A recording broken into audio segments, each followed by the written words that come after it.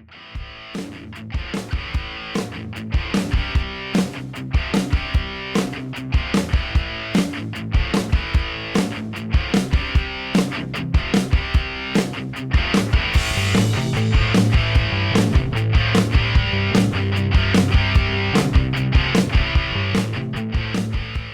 guys, COSN coming at you again today.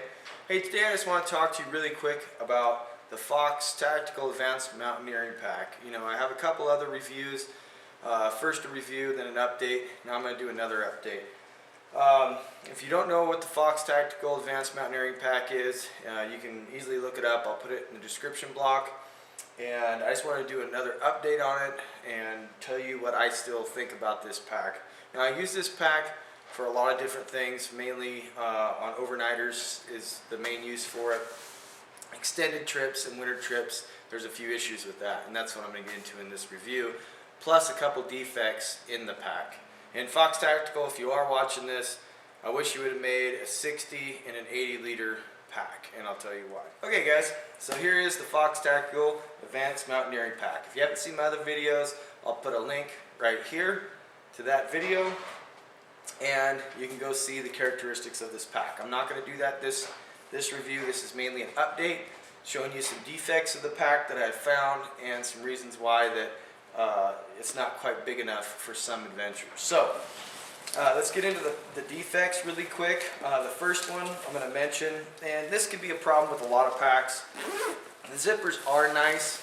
They have really nice heavy duty zippers, but on the pull straps they come off. So I've had two actually on these pull straps. What a regular one looks like, they've got a little plastic tab and they end up pulling off. Now that's not a huge deal like you've seen here. I just did a quick repair out there in the field. I just threw some 550 on it. I'll probably do it with all the rest of them, so I don't have that problem and I have to mess with it out in the field. The other defect is on the inside, and if you see my original videos, it actually has cinch straps on the inside, and you can cinch down your gear, which I really like, but you have to be careful with this pack. If you just grab a hold and you start reefing, you're going to rip the seam, and if you can see here, I'll try to get it in video, this has been ripped and then re-sewn. When I first got it, I loaded it up and I just started reefing on them, and it just separated these cinch sacks, and you'll see that in a couple of the comments. If you start looking these packs up, that is one of the defects. But I sewed it, and now what I do is I basically squish it together and then cinch it down instead of using all my force on just one strap. Now, the other issue, which I don't really see as a big issue, but it did happen to me. I did a test on this pack. I was actually going on a trip, and I loaded this up with about 80 pounds. I checked it in as baggage, and you know how rough they are on stuff through the baggage department. And the only thing that broke was one buckle.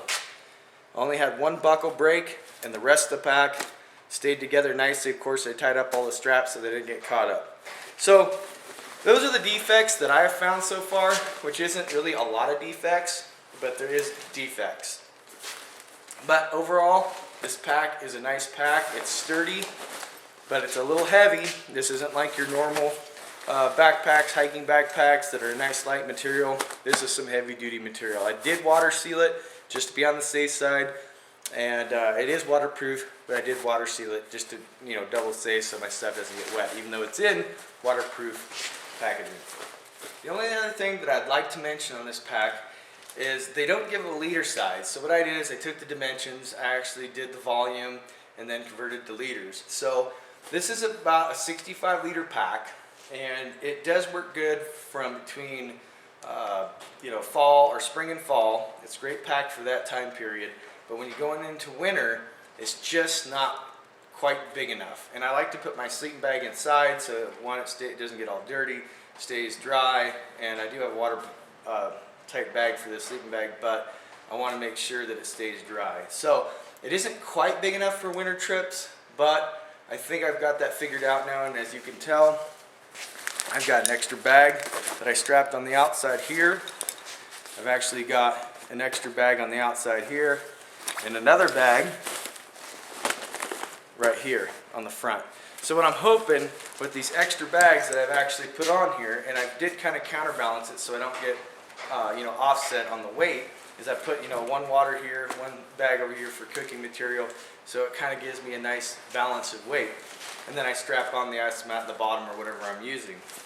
So I'm hoping that this will be big enough for at least a couple day, 3-day trip. I don't do a lot of light backpacking or have super expensive gear that's super light, so some of my stuff's pretty heavy. So roughly when I get this loaded up, what I'll probably do is I'll do a load out, show you this thing loaded up, maybe do a spread and show you what I load, and go into a little bit more detail. But anyway, this is the update on the Fox Tactical Advanced Mountaineering Pack, and I thank you for watching and everything you do for me. If you have any comments, suggestions, anything like that, just throw it in the comment block and I'll get back to you and tell you what I think, or maybe you have another pack. I know that there's a lot of different ones out there, the LBE, and there's tons of them. I really like this pack because of the front opening capability that I can get to stuff quickly. So anyway, thank you very much, and I appreciate you watching.